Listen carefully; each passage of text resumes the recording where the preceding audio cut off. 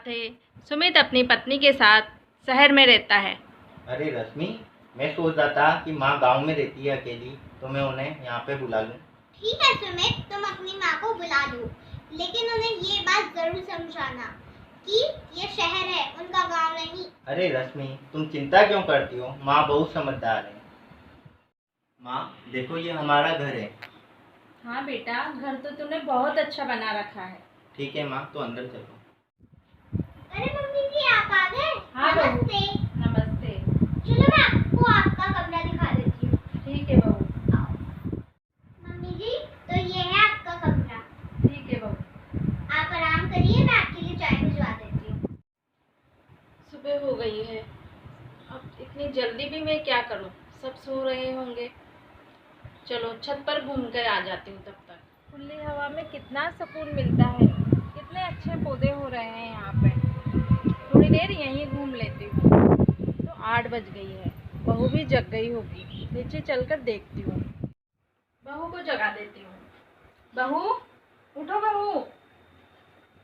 अरे मम्मी जी। बहू मैंने चाय बना दी है।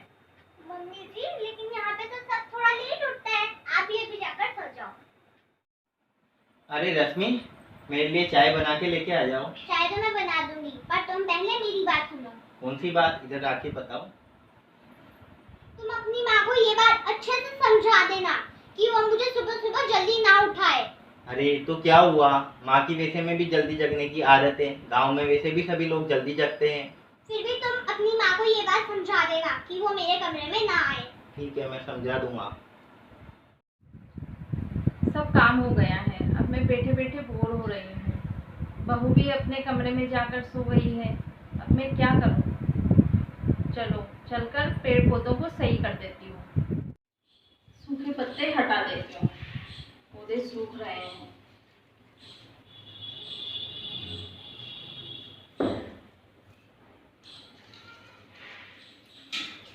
सुनीता, आप बैठ। और सुनीता, आज कैसा आना हुआ? वो दिन हो गए थे जिसमें आज मैंने सोचा कि मैं तुमसे मिलने आ जाऊं। क्यों, तुमने नई नौकरानी लगा रखी है क्या? नौकरानी? नहीं, मैंने तो लगा रखी। जब मैं ऊपर आ रही थी, जब एक औरत तेरे पोर्च साफ करती हुई दिखी थी। अरे शायद वो मम्मी जी होंगे। ठीक है, अब मैं चलती हूँ। अच्छा ठीक है। सुमित! अरे क्या हो गया? तुम इतना गुस्सा क्यों हो? आज तो तुम्हारी माँ ने हद ही पार कर दी है।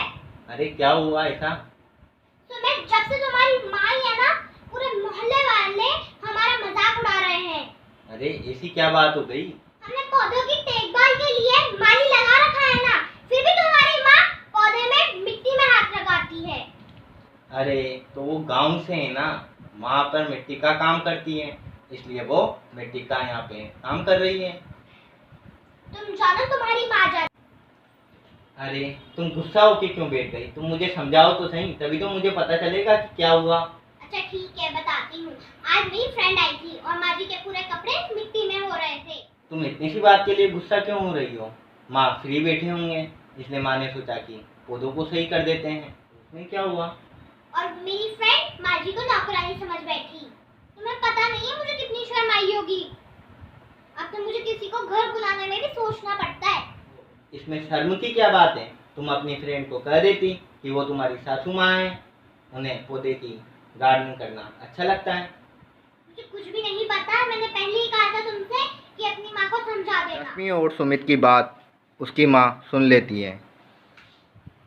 मेरी वजह से सुमित और रश्मि में लड़ाई हो रही है। मैं सुमित से कह दूंगी कि वो मुझे वापस गांव छोड़ आए। मेरा यहाँ मन नहीं लग रहा है। यहाँ पे तो मेरा दिमाग खराब हो जा रहा है कि ना कुछ देर में सुनीता के वहाँ हो जाऊँ। तुझसे थोड़ा सा भी काम नहीं होता है और तू आए दिन अपने मायके वालों को यहाँ बुला लेती है। तुमने थोड़ा सा क्या कह दिया? तुमने तो आंसू ही बहाने शुरू कर दिए। यहाँ पे तो दोनों सास बहू की लड़ाई हो रही है। मैं एक काम करती हूँ, अंदर नहीं जाकर अपने घर वापस चली जाती हूँ, ये सही रहेगा। अरे सुनीता की सास तो उसे कितना डांट रही थी, लेकिन आज तक मेरी सास ने मुझे जरा सा भी नहीं कहा। और जब मेरे पीहर वाले आते हैं तब मम्मी जी उनकी कितनी अच्छे से खातिरदारी करती है। और मुझे तो अच्छे से खाना भी बनाना नहीं आता, और मम्मी जी मेरे पीहर वालों को और मुझे कितना टेस्टी टेस्टी खाना बना के खिलाती है।